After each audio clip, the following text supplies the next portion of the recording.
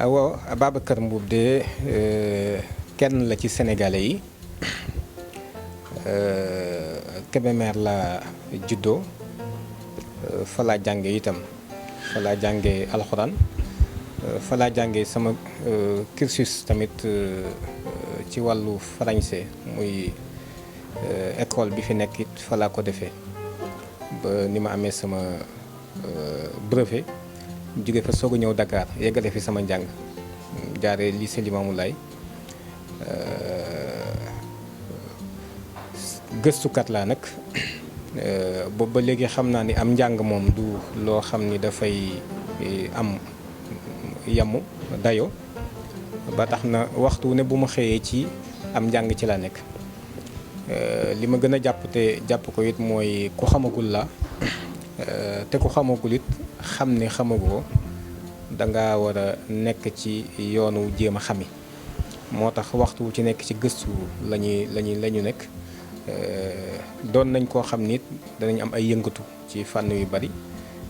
liy xew ci réew mi ak li concerné aussi wàllu diine ji surtout nag valeurs yi nga xam ne loolu jullit yi catholique yi ñun ñëpp ñoo commencé bokk muy ay valeurs yoo xam ne si moom mooy sooklu suñu réew mi moom moo ko téye ba particularité Sénégal loolu moom moo ko def am na particulièrement rek loo xam ni mën naa ko souligner ginnaaw bi ñu taxawalee lu ñuy wax ANCA muy association pour une nouvelle citoyenneté africaine 98 lañ ko taxawaloon 2002 la ñuy soog am récépissé ci loolu ndax nouvelle bi moo posé woon problème ak état bi ñu waroon jox ñu ni pourquoi nouvelle bi nañ ko génnee nouvelle citoyenneté waaye finalement mujj nañ ñu jox récépissé en 2002 boobu ak léegi ñu ciy liggéey ak ANCA nag mën nañu ay combat yu bari bokk na ci lu mel ni pétition bi ñu lancé woon contre la laïcité def nañ ci ay jéego def nañ ci liggéey daan nañ def aussi chaque année ñu def ñaari tour yoo xam dinañ wër Sénégal benn bi la mois de Ramadan la daan doon beneen bi ci mois weeru safar bi lay doon ngir gën di sensibiliser nit ñi ci seen citoyenneté gën di leen sensibiliser ci aussi défi yi nga xam ne moo ñu interpellé actuellement loolu waxtu wu nekk ñu ngi ko daan mëne ak ANCA ba ni ñu demee nag actuellement ci benn collectif bu gën a yaatu boo xam ni mooy collectif ànd sàmm jikko yi xam naa dinañ ci gën a ñëw léegi incha allah ci kanam loolu daal xam naa ci tënk moom mooy Ababacar Mboup citoyen la non pas nag comme ni ko nit ñi di waxee ku bëgg sama réew la ku gëm réew mi la koo xam ni réew mi moo ma gënal sama bopp moo ma gënal sama bakkan aussi yor fi sama njaboot waaye nag jàpp ni képp kuy sénégalais rek man jaboote naa la ndax su ma sañoon lu ma bëggal sama bopp rek bëggal naa ko sénégalais yëpp nag kooku daal xam naa ci tënk mooy Babacar Mboup.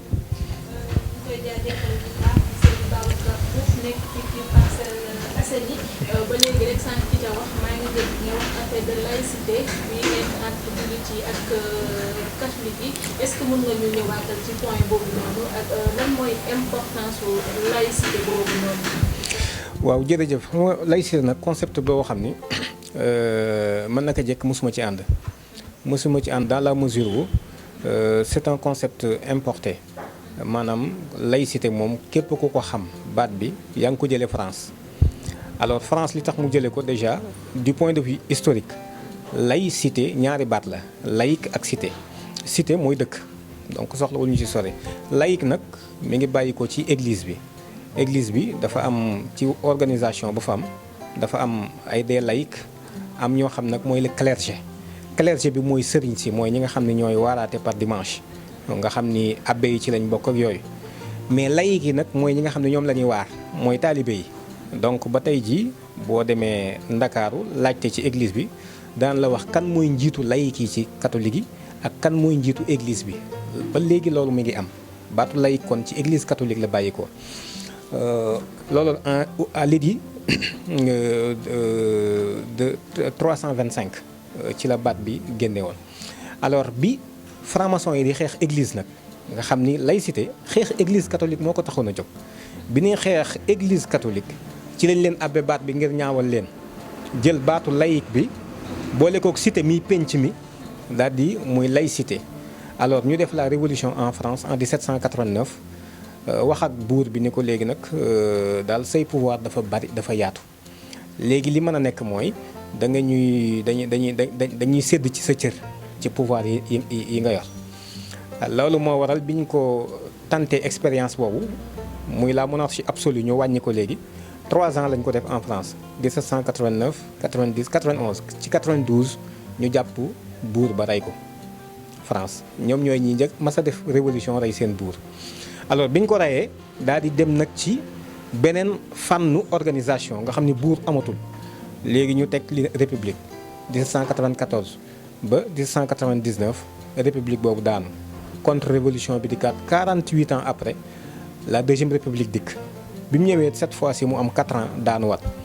alors ci la franc-maçon yi daan ni lan moo waral France ñu bëgg fee acclimater la république te taxawul ba tey def nañ ko benn yoon mu daanu ñu defaat ko beneen yoon mu daanu ci lañ gisee ni effectivement église catholique dafa am doole France te jéem nañ ko réformer indi fa protestantisme mais jàllul alors puisque échoué nañ foofu ñu ni léegi nag nañ jàmmarloo église bi benn yoon rek moo fi des moo tax bi ñuy dellusi ci troisième république bi ñu dekkee surtout en 1876 bi ñu dikkee ñu attaqué église bi frontalement jàmmarloog moom looloo waral ñu dem assemblée ci les lois de Ferry 1881 ak 1882 loi yooyu moo doon lan mooy képp ku doonati français boo amee 7 ans ba 13 ans obligatoirement da ngay ñëw jàng école li ngay jàng doo ci fay dara waaye liñ daan jàngale ci diine tamit dañ koy supprimer maanaam kenn dootul jàng diine mais éducation religieuse dañ ko remplacer par éducation civique et morale loolu bi ñu ko defee tuuti rek ci lañ gisee ni soppat ñi nañu xalaatu génération yooyu ba bi ñu defee la loi de 1905 lañ séparé maintenant penc mi génn ci loxo yàlla kon laïcité li ko tax a jóg mooy xeex église catholique alors après nag bi ñu ko indee Sénégal ci lañu ci dugal yeneen diine yi ci des mais xeex église catholique moo leen tax a jóg ba tax na l'islam mësul am problème ak catholique yi boo xoolee constitution de Médine yonent bi sallallahu alayhi wasallam ba mu fa demee ay yahuda nga fa ay chrétien ñoo nga fa mais ñoom ñëpp ñoo nekkoon di vivre en harmonie nga xam ne jullit bu ci nekk chrétien bi ni mu war a fayee impôt jullit bi fayee l'impôt ñoom ñëpp la ñuy taxaw ci seen sécurité ci seen njàng te ku ci nekk li nga gëm say doom loolu lañ koy jàngal ku ci nekkit bu àtte taxawee kenn du la àtte ci charia parce que gëmoo l'islam donc dañ lay àtte yow ci li nga gëm donc loolu kon ñun xam nga pour laïcité véritablement donc absolument foofu la jóge ñi koy wax ñëpp dañuy chanter rek mi ngi mel ni dégg aw way ñëpp yooyandoo mais xamuñu luy laïcité laïcité li moo ko tax a jóg alors moo tax man duma laïque gëwuma laïque ndax laïcité li ko tax a jóg mooy xeex diine donc maanaam doxal mbir yi nga xam ne nit ñee ko seq mais génne ci yàlla mi nga xam ne moo leen bind loolu moom mooy laïcité loolu yaakaar naa ne yow sa bopp sax doo ko nangu donc ku xam tamit mënu koo nangu